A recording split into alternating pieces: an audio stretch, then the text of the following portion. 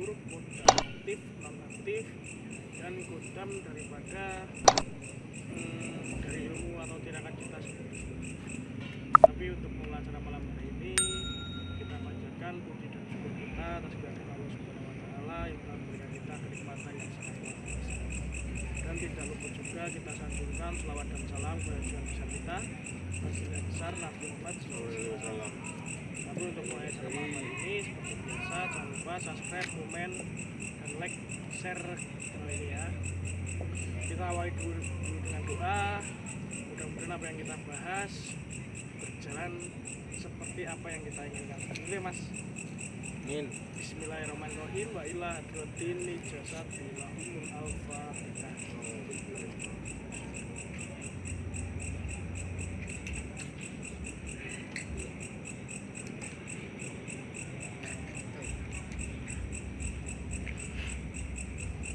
Gimana? Mas Satrio? Kodam leluhur. Yang dulu ya. Kita bahas Kan, malam iya. yang dulu. Saya mau pengen tahu nih Mas Anggar mengenai soal kodam tuh. Kodam itu ada berapa jenis atau ada berapa golongan sih? Kalau kodam satu mas. Satu ya? Tapi macam-macam itu asalnya bisa dari tirakat kita, bisa dari sebuah lagu, bisa dari daripada leluhur kita, atau juga peliritan kita bisa memandu sebuah kodam. Oh iya. Terus kodam itu ada yang baik atau ada jelek mas? Kodam itu bermacam-macam kalau kita tidak bisa mengendalikan. Ada yang bikin males, ada yang ini kita semangat ibadah nih, sholat nih. Kita pengennya sholat terus gitu, tapi kita nggak mau bekerja. Juga ada juga yang membuat emosi, ada juga yang bisa membuat kita jadi gimana ya? Ya pokoknya intinya Temperamen. ya gitu-gitu juga lah. Jadi nggak semua itu baik. Tergantung pada dalam diri kita bisa ngontrol kodam tersebut itu apa. Apa benar Mas Anggar kalau kodam itu bisa menjaga kita atau melindungi kita? Sebenarnya jika udah satu arah, satu tujuan atau satu misi ya, kodam itu kemungkinannya bisa. Bisa ya? Dan tergantung apa yang kan ada kodam pasif, non aktif, ada juga. Biasanya yang menjaga di tubuh itu kodam pasif. Jadi kodam itu tidak bisa keluar dari tubuh dan dia menjaga di area tubuh kita. Jadi semuanya kita diikutin kodam leluhur nih, nggak semata-mata itu langsung bisa ngebantu enggak. Jadi kita hanya diikutin aja. Ikutin aja ya. Dan belum tentu itu juga bagus. Kalau kodam leluhur nih mas, kodam leluhur itu asal mulanya dari mana mas? Kodam leluhur itu dari leluhur kita. Mungkin leluhur kita pernah menjalankan sebuah keilmuan. Nah terus kan namanya orang menjalankan keilmuan, menjalankan sebuah tirakat atau segala macamnya ya, yang berbentuk spiritual. Itu dia mempunyai sebuah kodam atau memanggil sebuah kodam yang punya leluhur kita. Dan saat leluhur kita meninggal, itu ikut anak cucunya seperti itu mas. Gitu ya. Tapi dalam artian ikut itu tidak bisa diprediksi mau ikut siapa sih, nggak bisa. Kalau kodam leluhur mas, sama-sama Sanggar ini kan cuman mengikuti diri kita. Misalkan kita pengen nih kodam itu nyatu dengan diri kita tuh bisa nggak mas? Bisa, tapi Dengan, ya itu dengan cara-cara? ya mungkin bisa dengan puasa, bisa dengan melirit, atau bisa dengan laku-laku lainnya seperti itu. Intinya jangan pernah mencoba sebuah laku atau tirakat sendiri tanpa guru, karena berdampak buruk. Dan juga itu harus satu arahan, satu jalan nama kodam tersebut. Jadi kita nggak bisa yang satu jalan ke sini atau jalan ke sini, itu nggak bisa sinkron nanti. Apa semua orang itu punya kodam mas? Semua orang menurut saya ada Ada ya. ada yang dalam diri dia, ada yang di luar dalam diri dia seperti itu. Tapi kadang-kala yang memahami akan kodam itu jangan, terus kadang-kala cuma ikut aja, ikut gitu.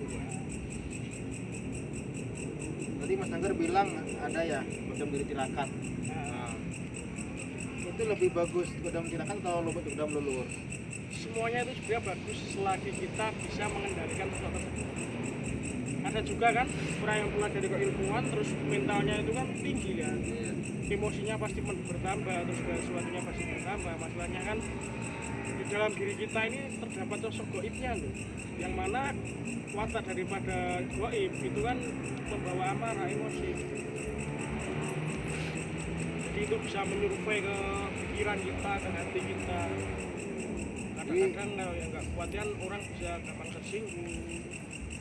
Jadi semuanya itu tergantung dari kita sendiri ya. Iya, tergantung dari diri kita sendiri untuk bisa nggak sih ini mengendalikan kodam tersebut saat kodam tersebut sudah menyatu pada dalam diri kita.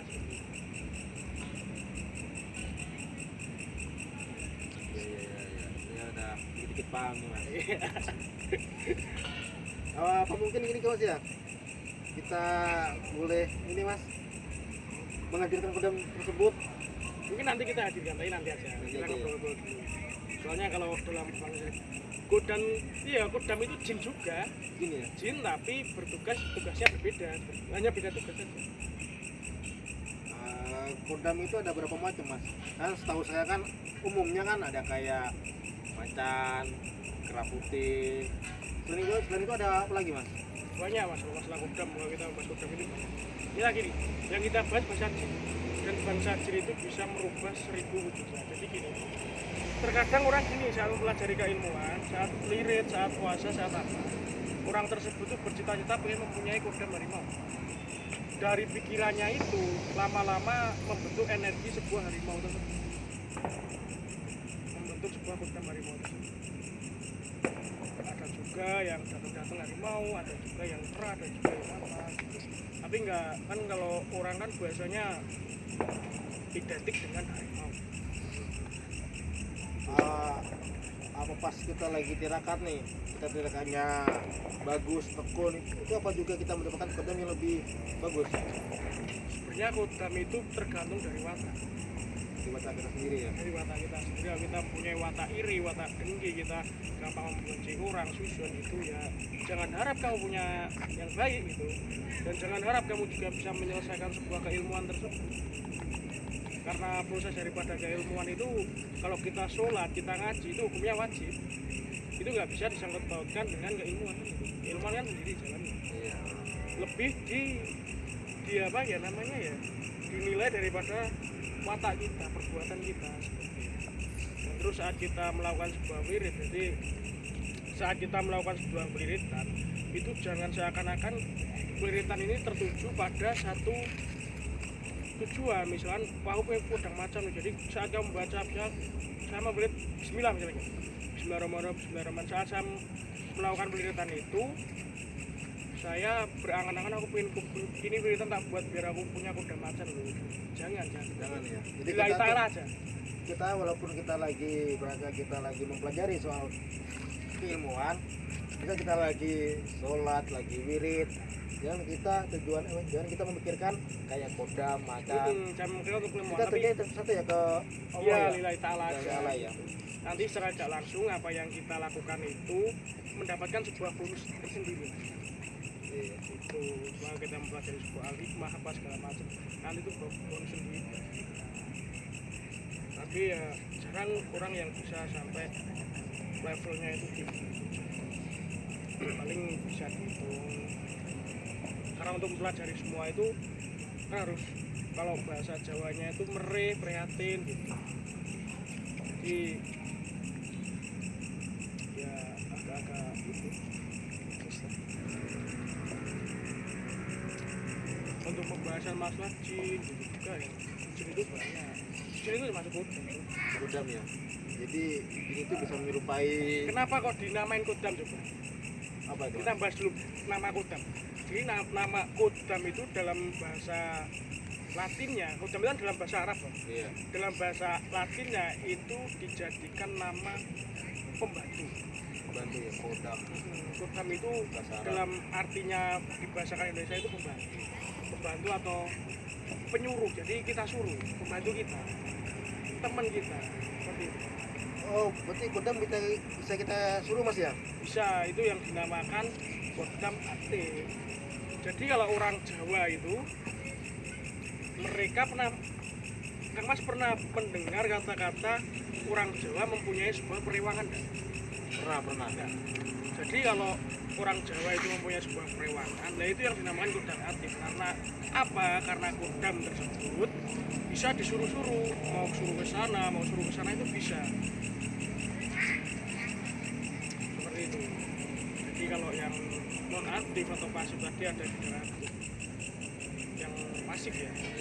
Tapi kalau yang non aktif, kodam non aktif tadi itu yang ikut tapi dia tidak mempunyai, hanya tugasnya yang mengikuti kita aja. Yang pasif ya, tidak yang aktif. Ya, jadi dia masih jauh. Kalau orang bilang sekarang dia masih jauh sebenarnya.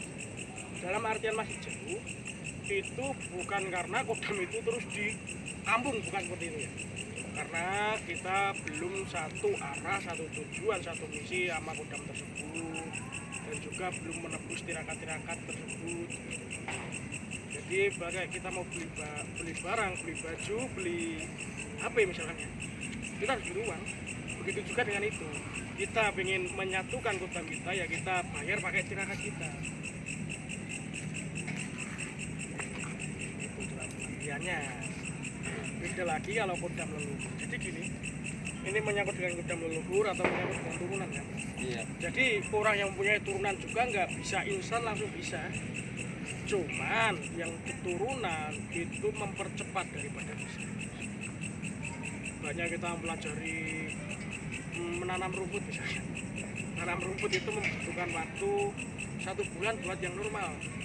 Nah, buat yang keturunannya itu hanya membutuhkan waktu 2 minggu. Lebih cepat ya. Cuman yang membedakan itu. Tapi hasil akhirnya itu tergantung daripada manusianya sendiri.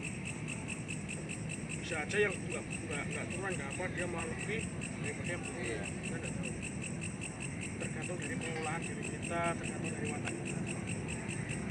Sampai mempelajari sebuah keilmuan, sampai yang pengen menyatukan kodam untuk sampean, tapi sampean masih mempunyai watak iri, watak dengki, sombong, baik.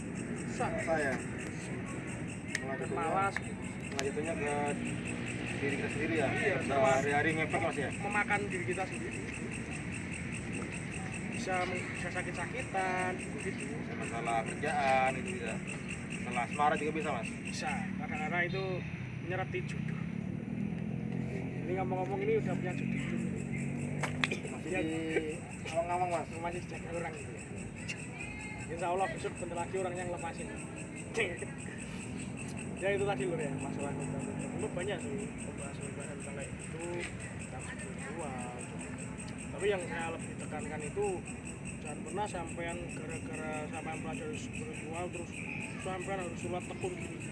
Yang saya takutkan sampean sholat, sampean ngaji itu Bukan karena Allah. bukan karena Allah tapi karena ilmu sampean. Nah, itu malah ntar membalik ke diri sampean. Malah tidak sesat ya Mas ya. Yang penting perbaikilah watak. Intinya watak, sifat. Oke, paham. Nah, sekarang kan aku teman banyak yang bilang kodam harimau itu banyak banget. Jadi kalau misalnya kayak kodam harimau itu banyak buat apa? Pada intinya gini ya. Kodam itu tugasnya berbeda-beda, kegunaannya berbeda. Maupun itu kodam leluhur. Jadi ada kodam yang tugasnya itu untuk kekebalan, ada kodam yang tugasnya itu untuk pengasihan, ada kodam yang tugasnya itu apa ya? Jadi kodam itu masuk ke diri sampean. Alhamdulillah nih aku ketemu panjenengan ya. Gua nggak bisa lupa. Begitu ya. Biasanya kalau kodam leluhur itu lebih ke yang ganas lah. Saya kasih contoh. Ada salah satu teman saya itu teman saya itu ya sudah ganteng ya, tapi ini kok setiap perempuan ya dia kok gini-gini tatanya, kamu punya pengasihan gini, dia bilang. Terus saya nanya ke kakeknya, itu punya turunan pengasihan dalam dirinya, kodam pengasihan dalam dirinya. Jika orang itu punya kodam pengasihan dari leluhurnya ke dalam dirinya, nah itu merajalela, ngawu-ngawu. itu berbahaya Mas. Bahaya. Jauhi. Jangan deketi. Seperti itu ya Kang Mas Singaireng ya. Ya. Apa lagi mau ditanya Satrio? Udah cukup Mas. Ya, Cukup. udah ini udah paham lah soal kodam, jadi bisa membedain mana kodam leluhur, mana kodam dari gerakan kita. Nanti saya akan coba hadirkan sosok kodam yang sudah menyatu ke dalam struktur kita, yaitu Mas Singaireng. Nanti sampai bisa bertanya-tanya sendiri akan kodam tersebut, prosesnya bagaimana penyatuannya, terus prosesnya gimana kok bisa ikut Kang Mas Sapino sendiri untuk penonton acara channel juga bisa lihat sendiri nantinya karena mau sampai organisasi ke grup kita yang bernama Sapino. Langsung kita aja ya kita itu pembahasan masalah kodam itu banyak, tapi ini yang tak singkat aja karena waktunya nipis terus malam. Monggo Kang Mas Sapino. Waalaikumsalam. Nanti Kang Mas Satrio bertanya-tanya sendiri aja ke Kang Mas Singaireng ya. Untuk grup Jodero Mas ini Mas.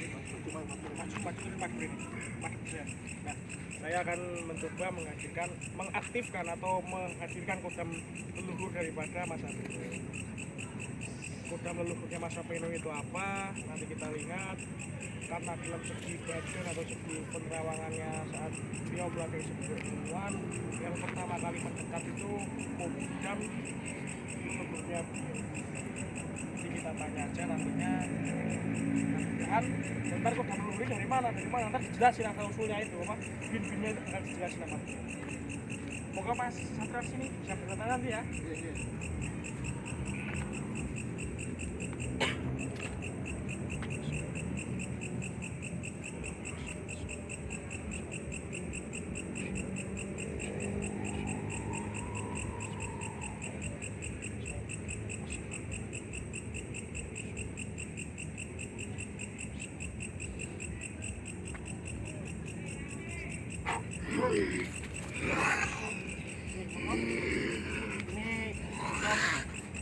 Apa ini harimau apa ini?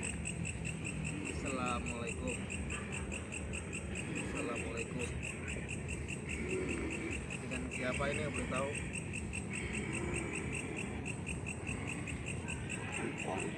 Singogin macan gembong.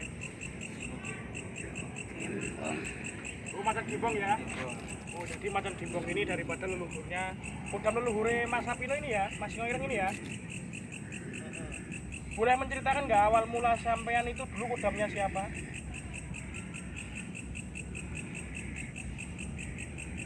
Kita ubah perwujudan gembong ini menjadi perwujudan manusia. Ya, biarin aja cak ngobrol.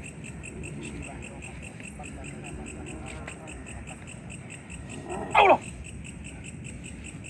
Jadi ini perwujudannya macan gembong tadi. Yang macan gembong tadi hanyalah wujud keduanya, dan ini wujud ketiganya, ini wujud pertama. Dan wujud pertama bangsa jin itu tidak ada yang tahu. Monggo Mas Satrio ditanya dong. Nama ini macan apa? Gembong. Panjenengan Pakai bahasa Indonesia Mas. sampean asalnya dari mana? Budi dari mana? Pakai punya kuliah. Ngawitan. Oh, gini. Apa sampean niki dari leluhurnya Mas Sapino? Sinten? Kakek, atau nenek?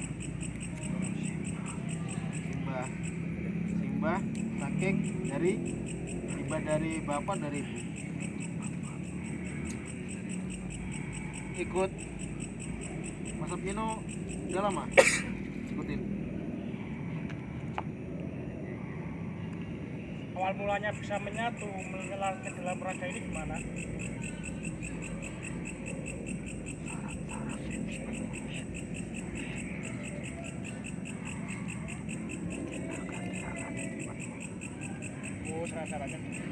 zakat yang memenuhi. Jadi Anda bisa menyatu ke dalam tubuh raga Mas Sapino ini ya. Itu bisa dibilang ini Mas ya, nebus ya. Iya, nebus. Berarti Anda dulunya itu di luar apa di tubuh sih? Oh, di luar, dulunya hanya mengikuti aja. Begitu beliau mempelajari sebuah keilmuan, terus beliau ini menjalankan sebuah tirakat atau laku, baru disitulah sampean masuk ya. Tapi harus satu misi juga ya. Berarti Mas Sapino ini salah satunya juga harus merubah daripada wataknya untuk lebih baik seperti itu, untuk Anda bisa masuk. Apa dari kecil Anda ikut Kang Mas Sapino ini? Dari bayi turunan bapaknya Mas Sapino. Coba tanya-tanya. Panjenengan pernah tidak misalkan kayak Mas Sapino ini enggak dalam sehari-hari enggak lurus kayak misalkan pernah berbuat kejelekan, terus Anda ini pernah enggak ngingetin atau gimana dengan cara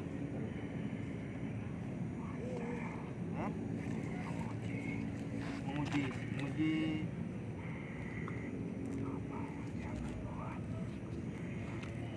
menguji soal materi atau soal asmara.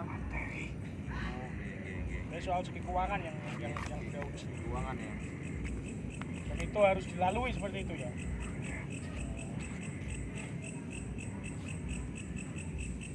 Tapi selain Anda, ada nggak sih yang ikut ke tubuh Mas Sapino ini? Ada juga ada yang lainnya. Tapi salah satunya itu panjenengan seperti itu ya. Bisa disebut nggak sampah itu dari siapa sih namanya?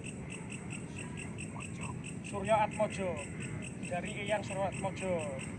Jadi kodam tersebut dari Eyang Suryo Atmojo, dari leluhurnya Kang Mas Sapino. Kalau Mas Sapino jatuhnya apa? Cangga apa? Putu ya?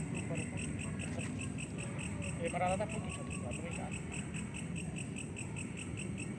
Mohon ditanya lagi.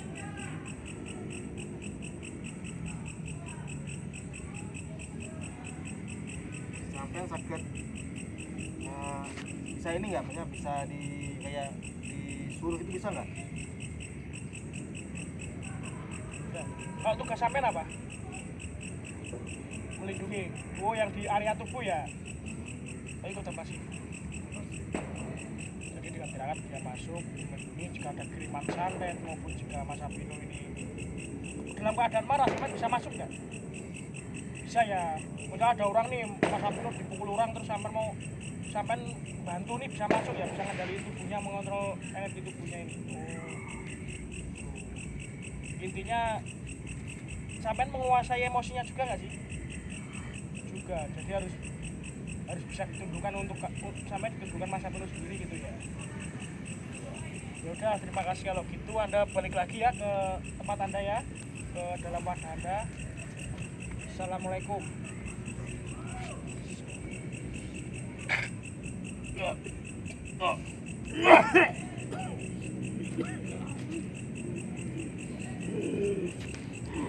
Ini ada lagi yang masuk. Selamat malam. Ini siapa ini? Matanya merah. Ini siapa? Ini dari mana ini? Ya, oh. Yang perlu apa? Singa?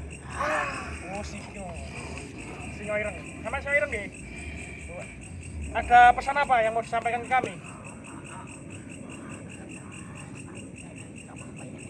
Ya. Oh iya, jadi suruh menyampaikan bahwasanya tindakannya selesai. Ya udah, terima kasih yang singa ireng, sampai balik lagi ke tempat panjenengan ya. Ya udah, assalamualaikum. Pacar.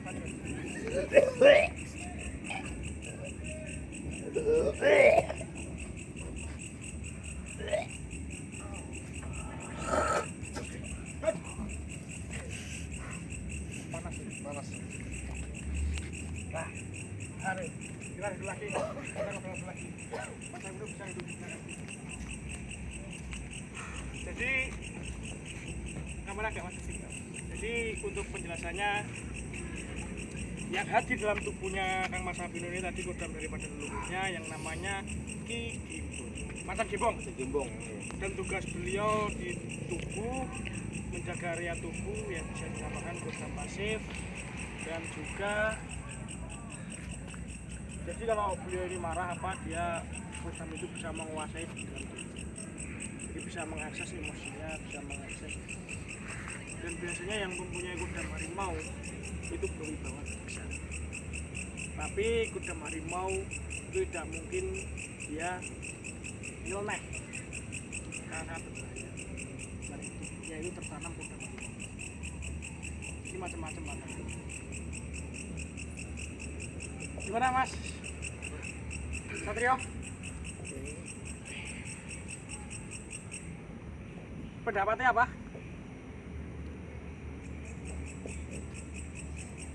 Tidak bisa berkata-kata loh. Tidak bisa. Untuk Mas Sapiro sendiri pendapatnya gimana?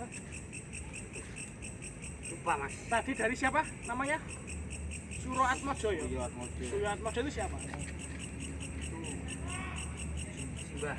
Simba. Jadi memang kalau kodam leluhur itu rata-rata jatuhnya ke cucu, nggak mungkin ke anak. Jarang ke anak. Itu Mas Heri. Menurut saya mas, Ada. Tapi di lain waktu kita berikan tugas. Untuk saat ini Mas Adi. Mas Bang bertanya masalah apa lagi? Sulit untuk bertanya mas. Mas. Iya. belum mas.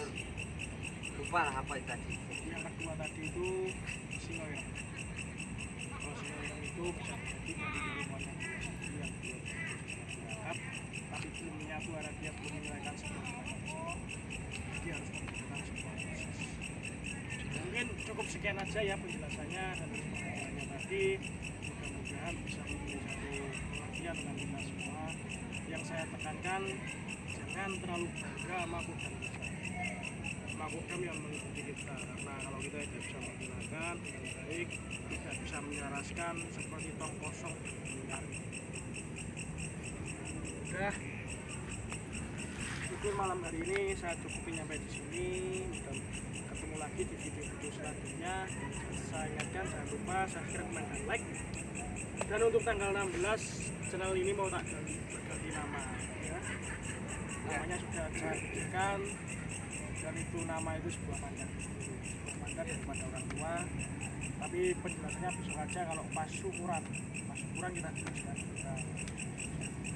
Udah kalau gitu kita akhiri dengan doa. Bismillahirrahmanirrahim. Wa ila al-fatihah.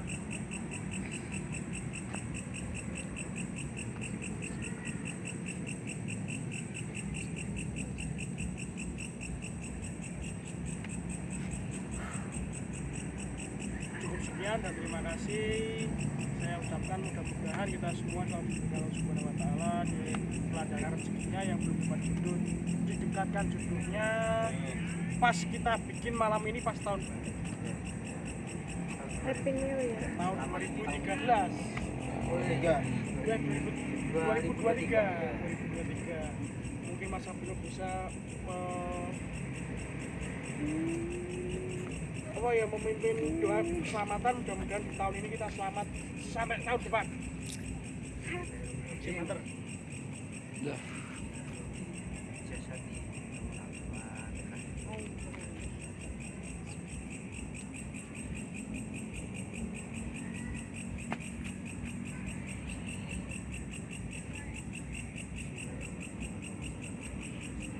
Yang kenceng Mas. Yang kenceng Mas.